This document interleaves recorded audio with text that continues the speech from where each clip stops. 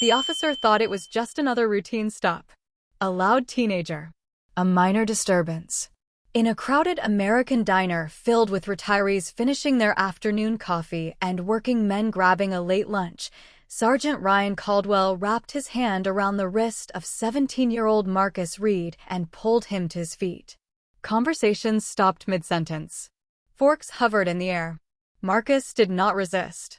He did not argue.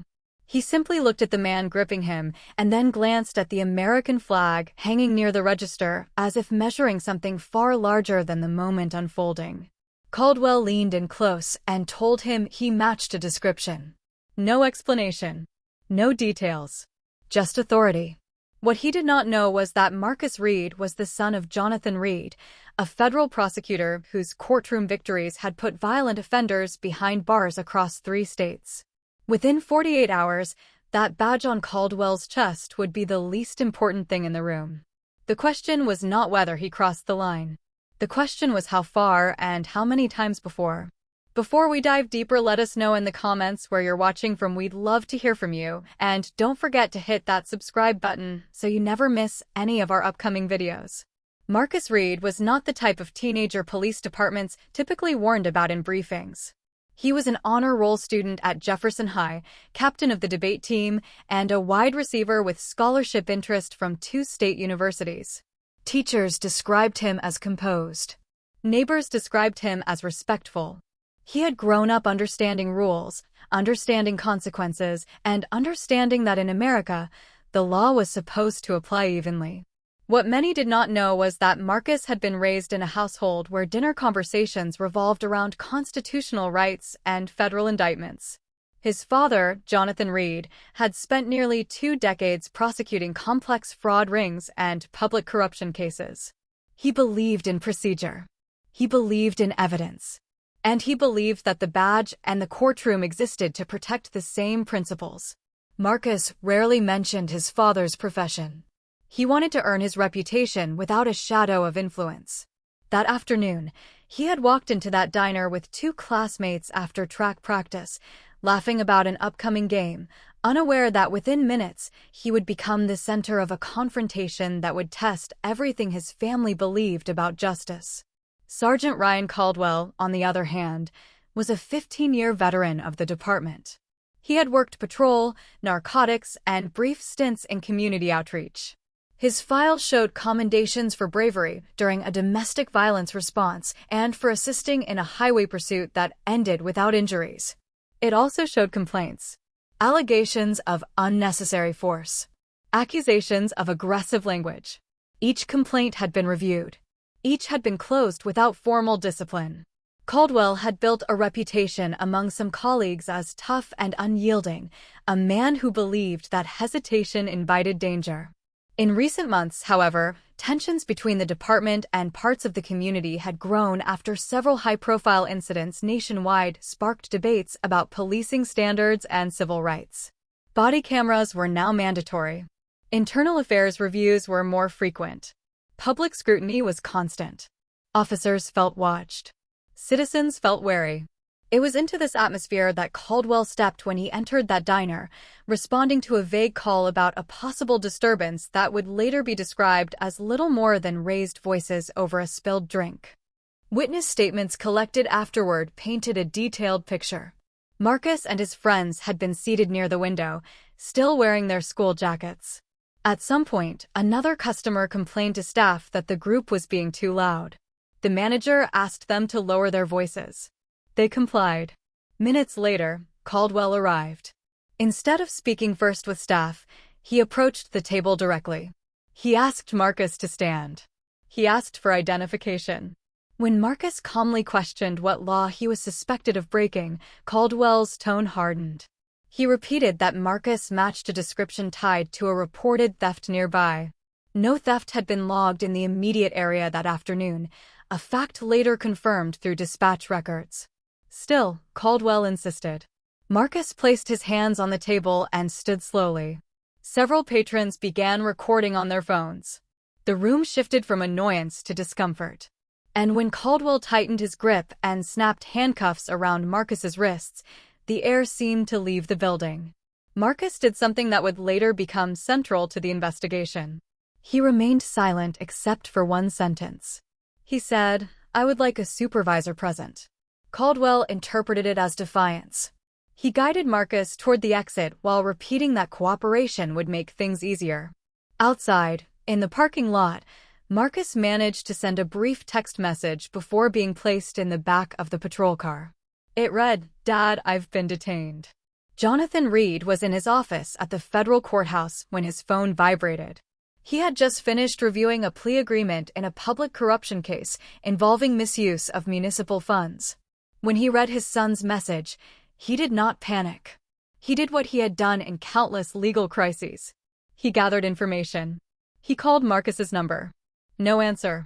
He called the local police department's non-emergency line and asked to confirm the detainment of his son. Within minutes, he was transferred to a lieutenant who sounded unaware of any serious incident at the diner. Jonathan requested that all body camera footage related to the stop be preserved. He also asked whether a supervisor had been dispatched to the scene. What followed over the next 48 hours would move from a local detainment to a matter reviewed by federal authorities. Body camera footage revealed that Caldwell had not articulated a specific crime prior to handcuffing Marcus. It captured a remark made under his breath that suggested assumptions about character based solely on appearance. That remark, though brief, would later become a focal point in discussions about bias and departmental training. Internal Affairs opened a preliminary review. The police chief, facing increasing calls from community leaders for transparency, placed Caldwell on administrative leave pending investigation. Meanwhile, local news outlets obtained cell phone videos from diners that showed Marcus compliant throughout the encounter. Those clips spread quickly online, sparking debate over use of authority and the threshold for detainment. Jonathan Reed made a deliberate choice that surprised many observers. He did not issue immediate public statements condemning the department. He did not threaten lawsuits in front of cameras. Instead, he emphasized process. In a brief interview, he said that every citizen, regardless of family background, deserved equal treatment under the law and that the evidence would speak for itself. Privately, he met with civil rights attorneys and reviewed the footage frame by frame. The central legal question was straightforward. Did Caldwell have reasonable suspicion to detain Marcus? If the answer was no, then the detainment could constitute a violation of constitutional protections against unlawful seizure. The case began drawing comparisons to past incidents across the country where courts had ruled against officers who acted without clear, articulable facts. As investigators reviewed dispatch logs, surveillance footage from nearby businesses, and prior complaints filed against Caldwell, a pattern began to emerge. Several previous complaints involved stops based on vague descriptions. None had resulted in discipline because evidence had been limited. This time, however, the combination of body camera footage and multiple civilian recordings provided a fuller picture. Community forums were held. Some residents defended Caldwell, citing the dangers officers face daily and arguing that proactive policing prevents crime. Others questioned why a teenager sitting at a lunch table had been treated as a suspect without clear cause. The debate extended beyond one officer and one family. It became a broader discussion about training, accountability, and the line between vigilance and overreach. By the end of the second day, the department announced that the matter would be referred to the state attorney's office for independent review, while the Civil Rights Division at the federal level requested copies of all evidence. Caldwell's badge was not physically taken in a dramatic scene, but the authority it symbolized was under examination. The outcome would hinge on standards established by decades of court rulings defining reasonable suspicion and probable cause. For Marcus, the experience left an imprint deeper than the temporary marks on his wrists. For Jonathan Reed, it reinforced the tension between faith in institutions and the reality that institutions are run by individuals capable of error. And for Sergeant Ryan Caldwell, the detainment that began as what he considered routine had triggered scrutiny reaching far beyond the walls of a diner. The question that remained was whether this would result in reform, reprimand, or a reminder that in America, even those who enforce the law are ultimately accountable to it. The officer thought it was just another routine stop, another name added to a report before the end of his shift, another teenager he could correct with authority and send home with a warning.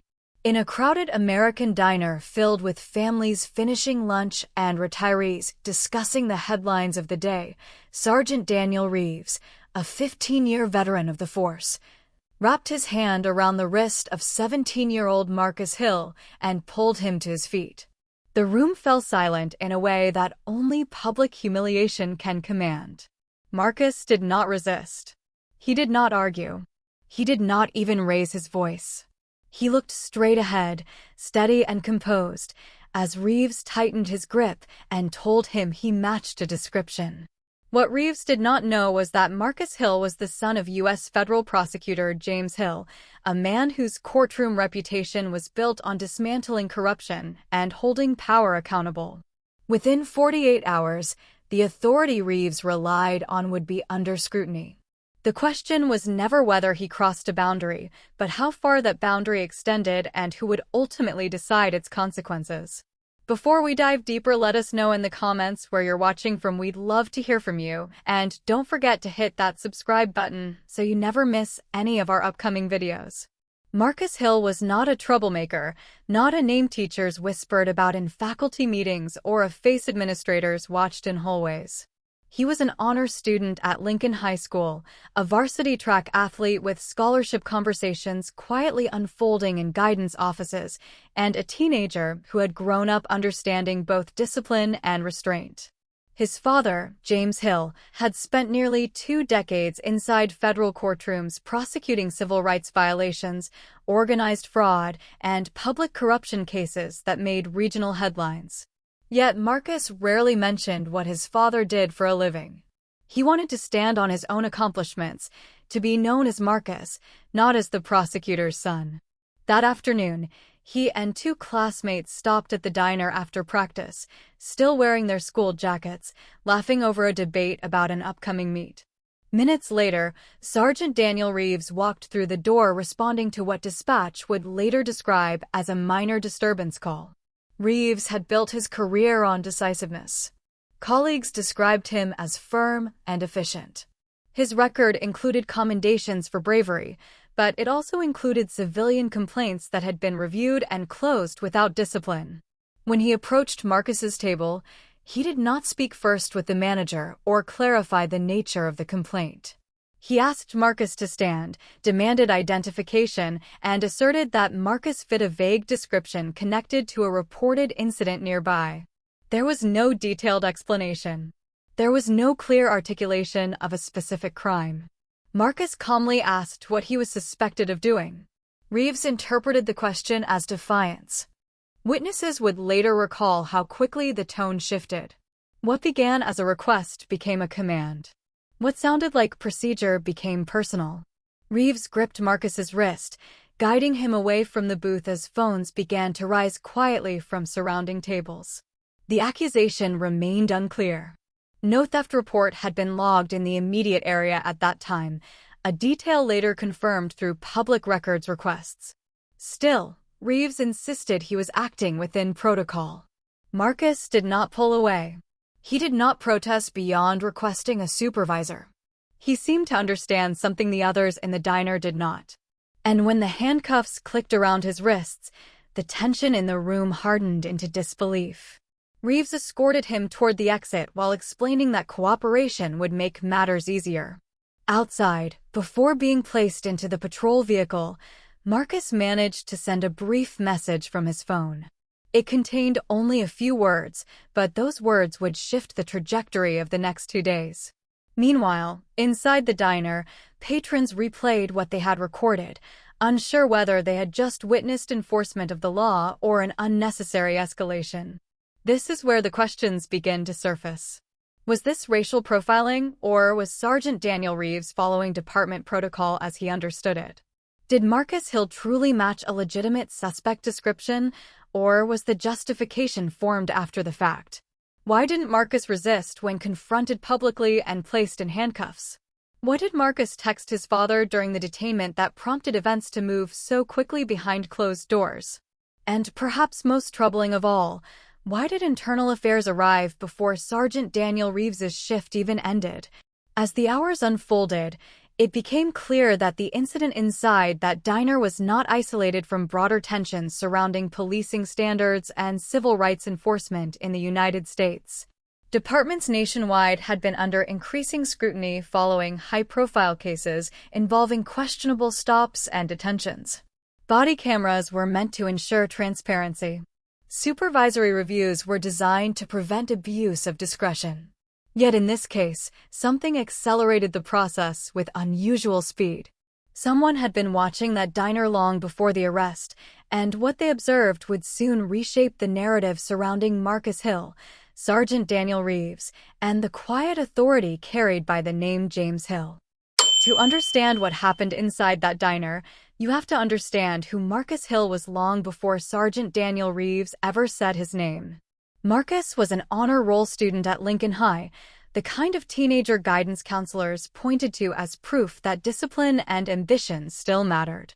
He carried a 3.9 GPA, balanced advanced placement classes with varsity track practice, and spent weekends volunteering at a local community center tutoring middle school students in math.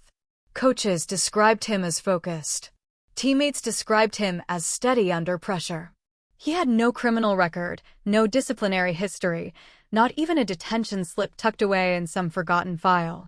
College applications were already underway, with essays drafted and recommendation letters requested. Recruiters had quietly attended meets to watch him run, noting his speed and composure. At home, family dinners were structured but warm. His father, James Hill, would often ask about school before mentioning anything about his own cases, keeping professional intensity separate from family life. Framed photographs lined the hallway walls, Marcus crossing a finish line, Marcus holding a debate trophy, Marcus smiling between his parents at a backyard graduation party for a cousin. Yet there was one detail Marcus kept to himself. He never told classmates what his father did for a living. He never mentioned that James Hill was a U.S. federal prosecutor whose courtroom presence commanded respect from defense attorneys and judges alike. When friends asked what his dad did, Marcus would say simply, "He works in law." The reason was uncomplicated. He wanted to earn respect on his own. He did not want teachers grading him differently, coaches second-guessing praise, or peers assuming privilege. He wanted his name to stand alone without the weight of his father's title attached to it. Now shift to Sergeant Daniel Reeves. 15 years on the force had shaped him into an officer who believed experience justified instinct. He joined the department in his early 20s, the son of a factory worker and a nurse, raised in a household that emphasized hard work and loyalty. Reeves worked patrol through long summer nights and winter shifts that blurred together, responding to domestic disputes, traffic accidents, and the unpredictable calls that define local policing. He earned commendations for bravery after assisting in the rescue of a child from a burning vehicle and for helping subdue an armed suspect without firing his weapon. Supervisors described him as proactive. Fellow officers described him as direct, sometimes blunt, rarely hesitant. Within the department, he was known for what colleagues called no-nonsense policing, a style that prioritized control of a scene over conversation. But alongside the commendations were complaints. Civilian reports alleging unnecessary force during stops. Claims that he escalated minor encounters too quickly. Each complaint was reviewed. Each was deemed insufficient for formal discipline. Files were closed. Patterns were discussed quietly but never publicly acknowledged. Complaints, but never consequences. Over time, that absence of sustained discipline may have reinforced a belief that his judgment was rarely flawed. And that afternoon, long before he stepped through the doors of that diner and approached Marcus Hill's table, Sergeant Daniel Reeves was already in a bad mood, carrying the frustration of a shift that had not gone as planned. A frustration that would soon intersect with a teenager who had no idea how much authority, pride, and assumption were about to collide in a single moment. By the time Sergeant Daniel Reeves pushed open the diner door, Marcus Hill was halfway through a story about a missed pass at practice, laughing with two teammates who were still wearing their track jackets. It was the kind of ordinary afternoon that rarely becomes part of public record. Plates clattered in the kitchen. Coffee refills were being poured. A television mounted above the counter scrolled through national headlines. Then Reeves stepped inside, his presence quiet at first, scanning the room with the trained habit of someone who has spent years assessing risk in seconds. A staff member pointed subtly toward Marcus's table. Reeves walked over without addressing the manager or clarifying what exactly had been reported. The laughter at the booth softened as his shadow fell across the table. Marcus looked up, confused but composed. Reeves told him to stand. When Marcus asked why, the response came quickly and without explanation. You fit the description. No details were offered. No crime was clearly identified. Dispatch logs later showed no active call matching a specific suspect in that immediate area. But in that moment, none of the diners knew that. Marcus placed his hands flat on the table and rose slowly, careful not to make sudden movements. He asked again what description he matched. Reeves repeated the statement, his tone sharpening. Witnesses would later say that Marcus's voice remained even, that he did not argue beyond asking for clarification. That composure seemed to irritate Reeves rather than reassure him. What began as a verbal exchange shifted when Reeves reached forward and grabbed Marcus by the arm, tightening his grip in a way that signaled control rather than inquiry.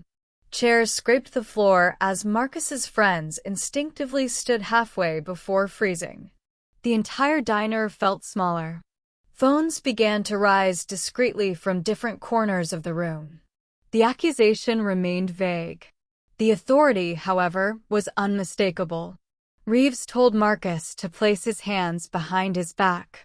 Marcus hesitated only long enough to say, calmly, that he did not believe he had done anything wrong. Reeves interpreted the hesitation as resistance. He pulled Marcus fully upright, guiding him away from the booth. The room, once filled with conversation, had shifted into silence heavy enough to press against the walls. Outside the diner's front windows, a few pedestrians slowed as they noticed the movement. Inside, a woman near the counter whispered that the boy had been sitting there the entire time. Another diner muttered that this seemed unnecessary. Reeves remained focused on asserting control. He informed Marcus that he was being detained pending investigation. The words sounded procedural, but the force behind them felt personal. As Reeves positioned Marcus near the entrance, Marcus lowered his voice and said something that would later echo in internal reports. You might want to call your supervisor. The statement was not shouted. It was not delivered as a threat. It was almost advisory, as if Marcus understood the weight of what was unfolding better than anyone else in the room. Reeves responded with a short laugh, dismissing the suggestion outright.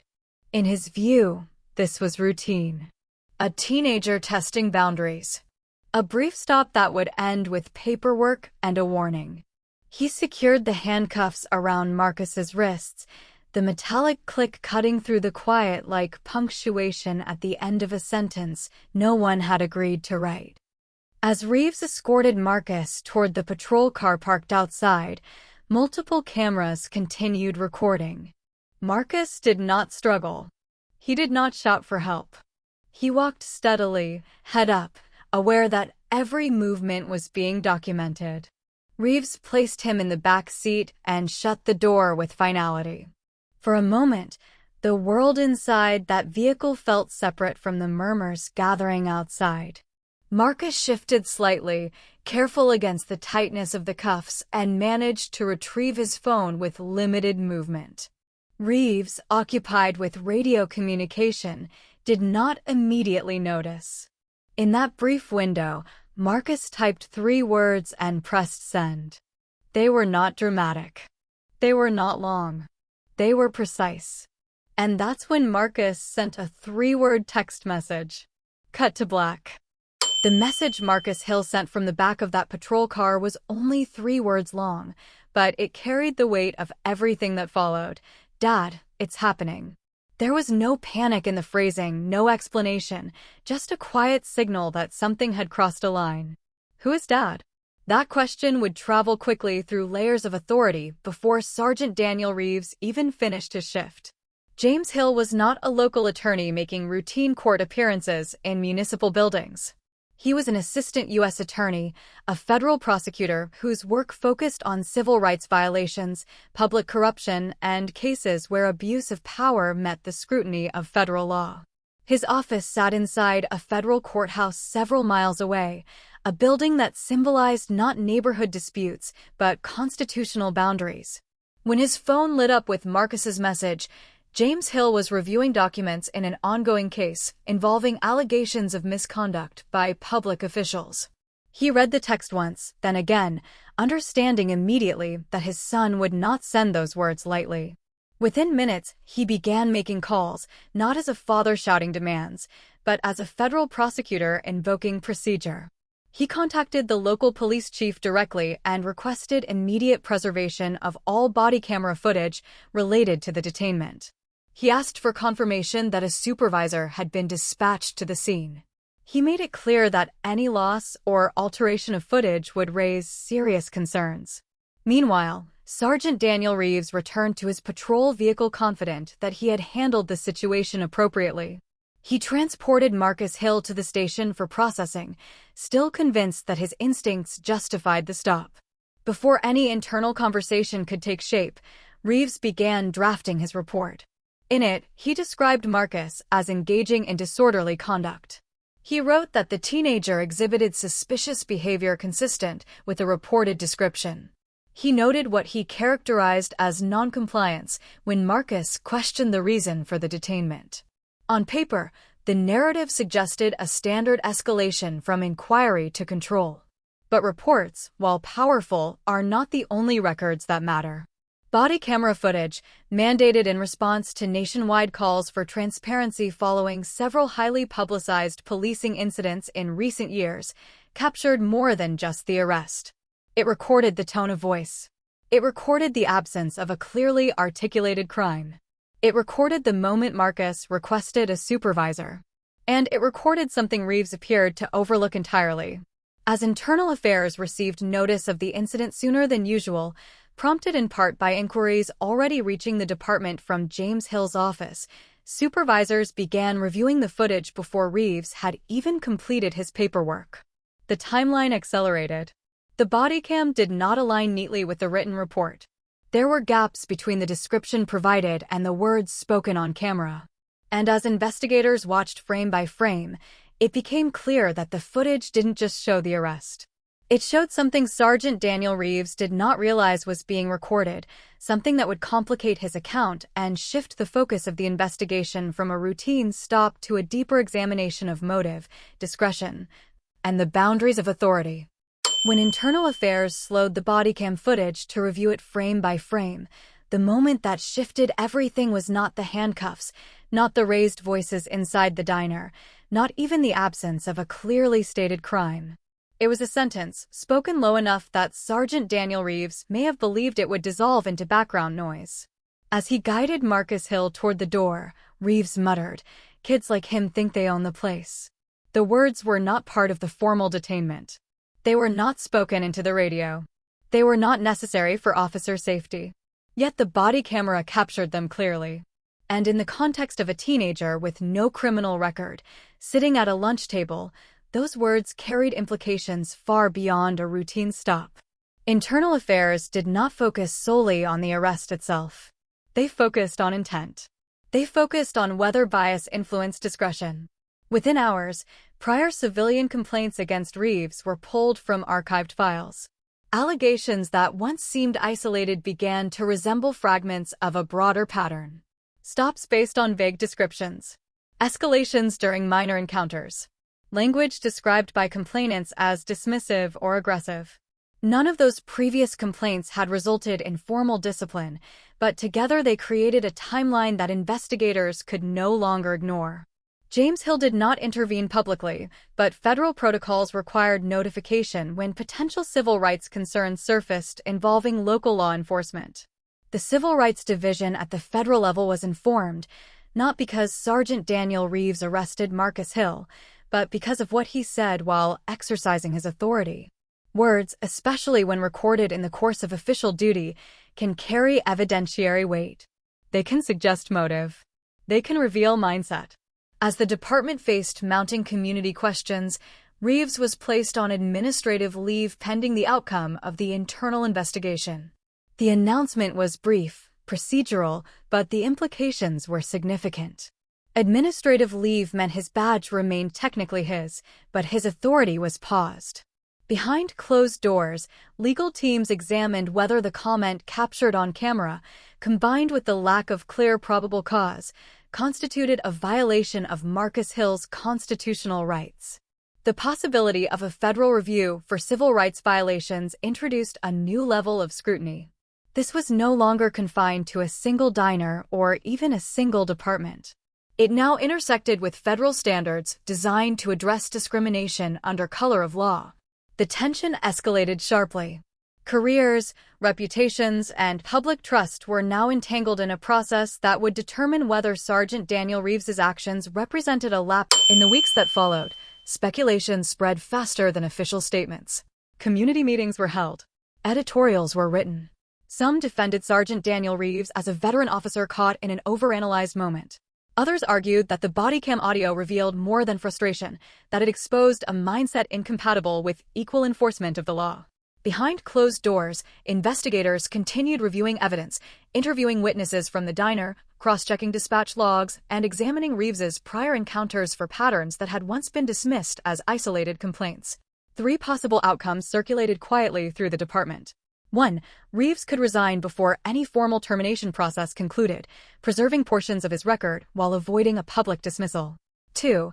He could face suspension and mandatory retraining, a corrective approach designed to address bias and procedural failures without ending his career. But the third path, the one that carried the most weight, was already unfolding. The federal civil rights investigation remained ongoing. It did not move quickly, but it moved deliberately. It focused less on embarrassment and more on constitutional standards, less on optics and more on evidence. Through it all, one detail remained steady. Marcus Hill never once mentioned that his father was James Hill during the detainment.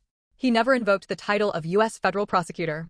He never attempted to leverage influence in the moment when handcuffs closed around his wrists. He wanted the law to function as it was written, not as it might bend for someone with connections. When reporters eventually asked him why he stayed calm, he answered simply that he believed the truth would surface. That belief was tested, but it was not abandoned. For James Hill, the experience reinforced a reality he had argued in courtrooms for years. Institutions are only as strong as the accountability mechanisms that support them. Justice does not depend on who your father is, but sometimes accountability does. And as the investigation continued, as reports were drafted and reviewed, as careers hung in balance, one question lingered over the entire case. If there had been no cameras, if there had been no recording capturing a quiet remark in the middle of a crowded diner, would anything have changed?